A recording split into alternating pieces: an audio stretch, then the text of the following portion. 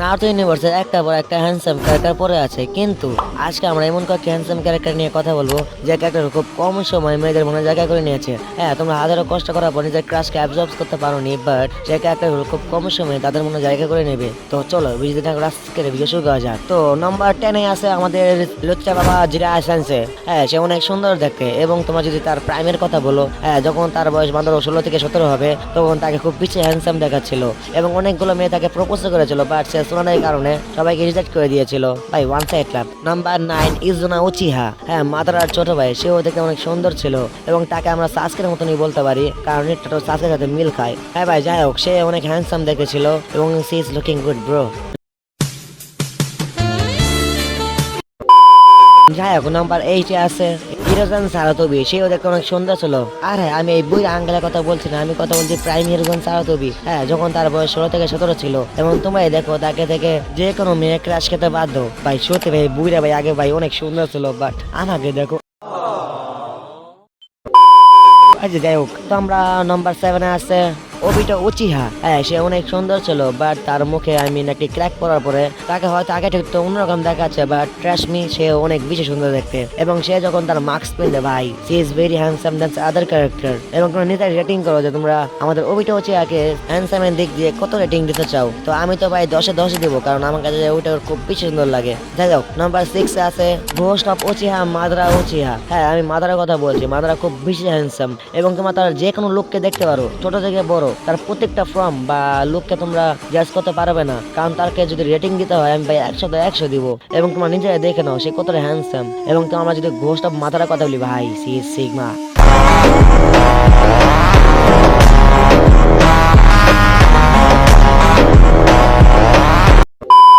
তো যাই হোক, নাম্বার 5-এ আছে ওয়েল্লো ফ্ল্যাশ মিনাটো নামে কাজে। হ্যাঁ, সে কতটা সুন্দর এবং হ্যান্ডসাম দেখতে আমার হয়তো বলার প্রয়োজন নেই, কারণ কুশিনার মতো এত সুন্দর একটি মেয়ে তার প্রেমে হাবুডুবু খাচ্ছে। এবং তোমরা তার ফ্যান ফলোয়ার দেখে বুঝতেই পারছো, কারণ তার ফ্যান ফলোয়ার অনেক বেশি এবং 99% তারা মেয়ে।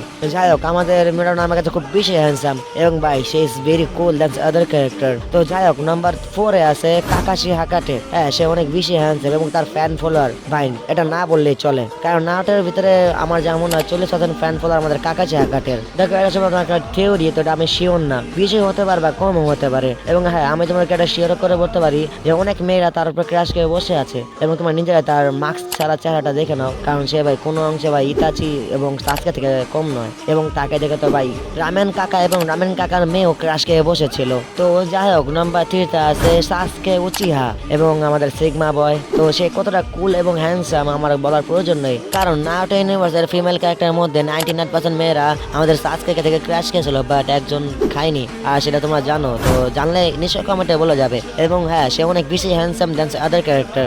আর তারই উপরে আছে আমাদের নারুতো উজুমাকি নাম্বার 2-তে। এবং তোমরা তার ফ্যান ফলোয়ার বা ফিমেল ফ্যান ফলোয়ারের ব্যাপারে তোমরা জানো না। যখন 4K নিনজা ওয়ার শেষ হয়ে গিয়েছিল, তারপর আমাদের নারুতো উজুমাকি খুব বেশি পপুলার হয়ে যায় নিনজা ওয়ার্ল্ডে, এবং সে বাইরের ওয়ার্ল্ডে খুব বেশি পপুলার। কিন্তু নারুতো ইউনিভার্সে সে অনেকগুলো ফিমেলের মন কেড়ে নিয়েছে, যেটা আমরা নারুতো লাস্ট মুভিতে দেখতে পেরেছিলাম একবার।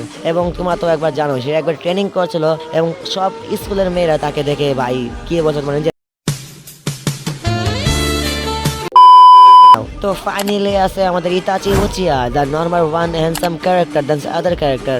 বাংলাদেশে এবং ইন্ডিয়ার ভিতরে যে কটা ফ্যান ফলোয়ার আছে নারুতো ইউনিভার্সিটির 80% ফ্যান ফলোয়ার শুধুমাত্র ইতাচি উচিহার।